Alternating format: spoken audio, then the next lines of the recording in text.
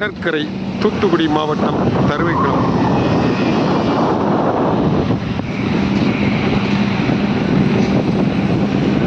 நீங்கள் பார்க்குறது தூத்துக்குடி மாவட்டம் தருவைக்குளம் மீன்பிடி தளம், படகு தளம், மீன்பிடி படகு தளம். ஒரு சைடில் போட்டு ஐஸ் போட்டுருக்காங்க, ஒரு சைடில் போட்டில் மீன் இறக்கியிருக்காங்க. நிறைய போட்டுகள் கடலுக்கு போயிருக்கு, கொஞ்சம் போட்டுகள் கரையில் அந்த கரைக்கு வந்து கிடக்கு.